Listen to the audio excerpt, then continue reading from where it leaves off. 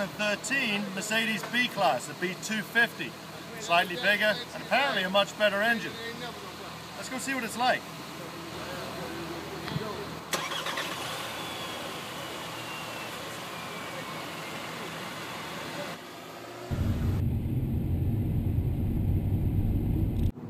You know, it's kind of ironic that we're down here at Miami Beach to drive this car, because you can't get the new Mercedes B-Class in America.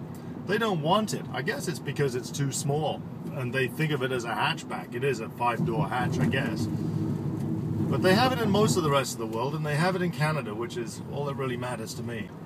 Mercedes hasn't sold the B-Class for more than a year now in Canada. They say that they've been waiting for the good engine to come in, and so now we have the Mercedes B250. In fact, this is a 2-liter engine.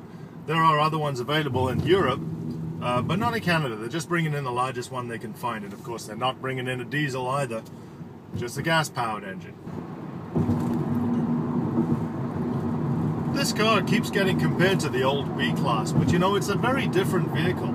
That car, the original, had what they call a sandwich floor. The battery, part of the engine, all that stuff was actually underneath the feet of the driver. They stuck all kinds of stuff there in order to be able to bring down the center of gravity. But you know what? Drivers didn't like it. I didn't like it either. It kept your feet too high up on the floor. It wasn't comfortable. You can switch the ratios of the gears and the shift patterns by just pressing this little button down here. You can go between Eco, which saves you gas and it just shifts more slowly, it's more leisurely. Manual, so that you just use these paddle shifters. And then just Sport mode, which tightens everything up a little more quickly. Makes you pretend that you're a Formula 1 driver in your Mercedes.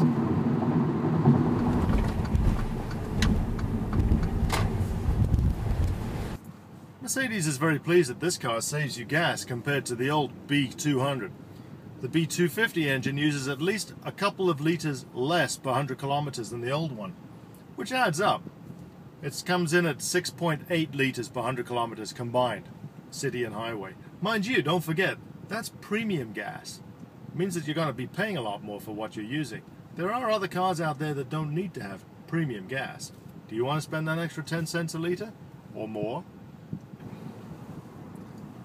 Mercedes is also very pleased that this is a more powerful engine, 208 horsepower, 0 to 60 or 0 to 100 kilometers an hour. Time is somewhat less than 7 seconds. However, the transmission, the 7-speed thing, does let it down. You got to pull out into traffic in a hurry and you stomp on the gas. Let's see what happens. Pushing, pushing, and finally it goes. You got a half-second difference at least there, and sometimes that's a bit too long. So is it a worthwhile venture for Mercedes to be bringing the new B-Class to Canada? Well, probably. If you want a Mercedes and you want to pay $30,000, although frankly, once you've gone up a few packages and you've paid your destination and your taxes, you're going to be closer to $40,000. But if you want a hatchback, you want a comfortable premium car, and you want a Mercedes nameplate, maybe you should go have a look at it. In Miami, about to crank up the air a little bit more, I'm Richardson for wheels.ca. I'll see you next time.